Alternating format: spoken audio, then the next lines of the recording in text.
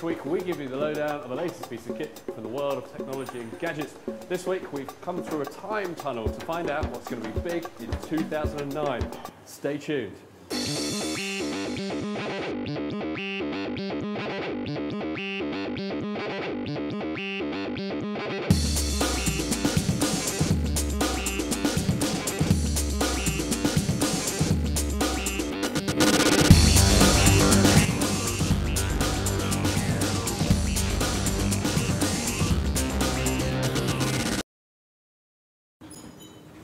Right, well we're here at Ripley's Believe It or Not, and we've come to meet Emma Cohen from Skyride Communications, Tech PR Guru. That's Hello, me. how are you? I'm good, how are you? So, 2009. Big year. Big year. I've noticed you're standing delightfully next to, can only be seen as a blinged Mini Cooper. The biggest blinged Mini Cooper. Do you think we'll see blinged gadgets in 2009, the same success that we've perhaps seen them in 2008? Well, as long as we don't see it to this success, I think we'll be okay. I think people are going to maybe take a step back. It won't be as blingy as we've seen so far, but... So no sort of big Virtues or Swarovski crystal-based MP3 players or... Well, people will always love Swarovski crystals no matter where you put them, but you put them with a pink... Maybe we'll see a pink iPhone with Swarovski crystals, I don't know, hopefully not, but you never know. That would be quite impressive, wouldn't it? So one of the things in 2008 was obviously the introduction of Android. Mobile platform, yep. Brilliant, exciting, very much, but G1 was a bit of a disappointment, to be honest. It was always going to be though. So do you think that 2009 we're going to see more? Yeah, I think, like we've had with the first iteration of the iPhone, the next phone after G1 is going to be something that will probably blow our socks off a bit more, really come into that Google innovation era. Right. They needed to sort of set the pace, establish themselves in the market, and now we're going to see a lot more from them, I think, this year.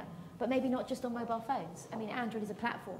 Mobile phones are just one thing. So it could be going on to set-top boxes, digital TVs. I think Android could be a real competitor in lots of different So maybe sort of not just the netbook, but actually on the TV. That's quite interesting. Yeah. I suppose there was some stuff, I know there's some stuff coming up in CES where they're going to be showing connected TVs, Yahoo widgets and all that sort of thing. Exactly. I suppose if you power it with Android, you've got a lot more power there, virtual keyboards, applications all over the place. So it's massive, massive opportunities that are available, and it's just good to have other operating systems out there that you can do that kind of stuff with. And so do you think that will then play on the idea of like iPlayer everywhere? Where it comes in, if you've got an operating system on a TV or a set-top box or things like that, you're suddenly going to get the ability to watch iPlayer anywhere. Like TVs, mobile phones. I mean, because you're already starting in mobile phones, but like just other devices, like maybe a digital camera. That'd be fun. That would be amazing. I mean, you're sitting there taking a picture, watching Top Gear. Exactly, just getting everything you can onto one device and getting all these different applications like iPlayer on there,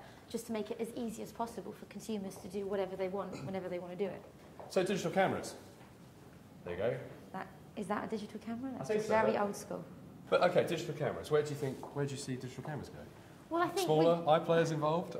I think smaller, everyone always wants to go as minimal as possible. But we've been so obsessed with how many megapixels we can get onto a camera. Is actually the quality improving? Does anyone really notice anymore between 10 megapixels, 9 megapixels, 12 megapixels? And do you think phones will catch up? We're already seeing 8 megapixel phones. Do you think we'll suddenly see like the phone DSLR sort of thing? You never know. I think that's a possibility. I mean, because it's the one thing that you get these phones like the iPhone and the Storm. Bobby Blackburn here. Right. That's right.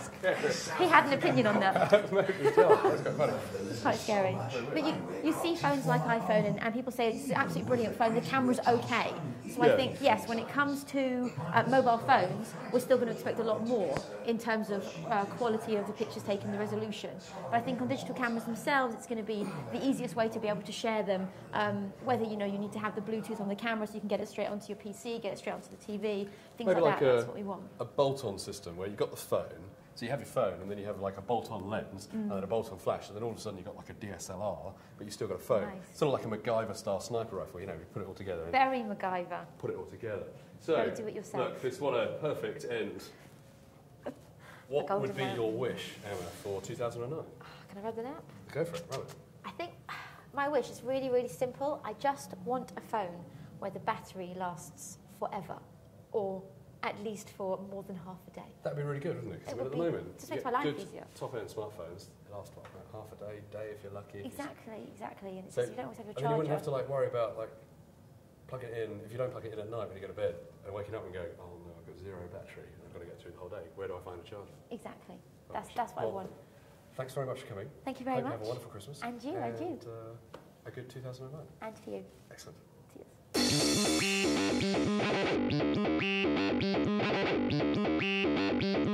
So we've heard from a tech PR guru, now we're hearing from a tech journalist. Nigel Powell, editor of the eclectic gadget website Red Ferret.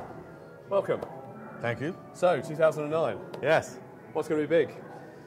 Well, you know, I mean, it's interesting times all round with economic situations and things. I mean, I think we're going to look for more value in our technology next year, So rather than just sort of the glitz. So do you think companies will sort of, rather than being outlandish and crazy with their gadget moves, just be more concise and release things that work? Or maybe focus more on software?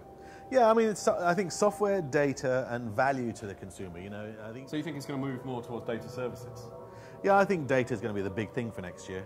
You know, there's an insatiable demand for mobile data, for sending applications, sending information, you know, syncing calendars, all these things that are supposed to make our life easier to handle. I think we'll start to see those start to flourish next year. I suppose we've already seen that already, haven't we, with services like Friend Connect from Google and Facebook Connect, and there's that MySpace Connect, I think, isn't there as well? So it's sort of the idea that the whole web you have one login for the web, and then it just sort of, whatever site you go onto, it just logs you in, and then you can sort of share and say, look, hey, I'm a member of this site and a member of that site. Yeah. And everybody working together in one big, happy, worldwide web family.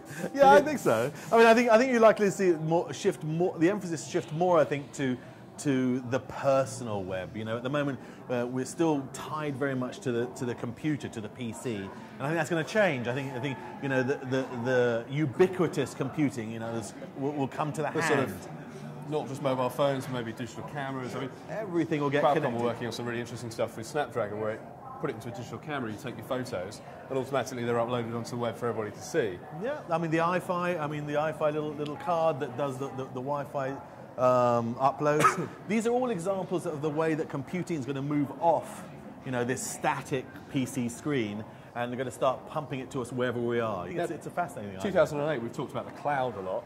Do you think 2009 is going to be the year for the cloud, or do you think it's not ready yet? Do you think it's going to edge into 2010? Yeah, I think we're in early days with the cloud. You know, this sort of mystical thing that seems to be the trendy word of the day. You know, the cloud is nothing more than the internet made large, if you like. You know, so it becomes this massive data storage. Again, it has real benefits for us in that it can supply data to us anywhere we are in the world. You know, it's about delivering it to us in our hand rather than us sitting in front of a computer to consume data. Now, we've ended up with the wonderful, I think it's probably Marilyn Monroe, isn't it? It looks like it possibly is. What do you think is the sexiest gadget or service you're going to see in 2009? Oh, the sexy. Oh, there's the $64,000 question. I think it'll have to be something mobile. I think it'll have to be something. You know, I'm really kind of enthusiastic about innovative mobile products. So the Radius, you know, the mobile phone that you unfold, you unfurl, that has this e-ink screen. Yeah, sort of. So it's a small device that becomes quite a large. Yeah, it's a much better screen. Yeah. That, I mean, the Nuvi phone from Garmin, the GPS, you know, the convergence between a GPS device and a mobile phone. All these kind of innovative ways of bringing different kinds of technology to the hand, I think, is what we're going to see next year, because they add value to us personally. You know, they're much more of a real benefit to each of us. Brilliant, Nigel. Thank you very much. It's been a pleasure. Yep. On to our next guest.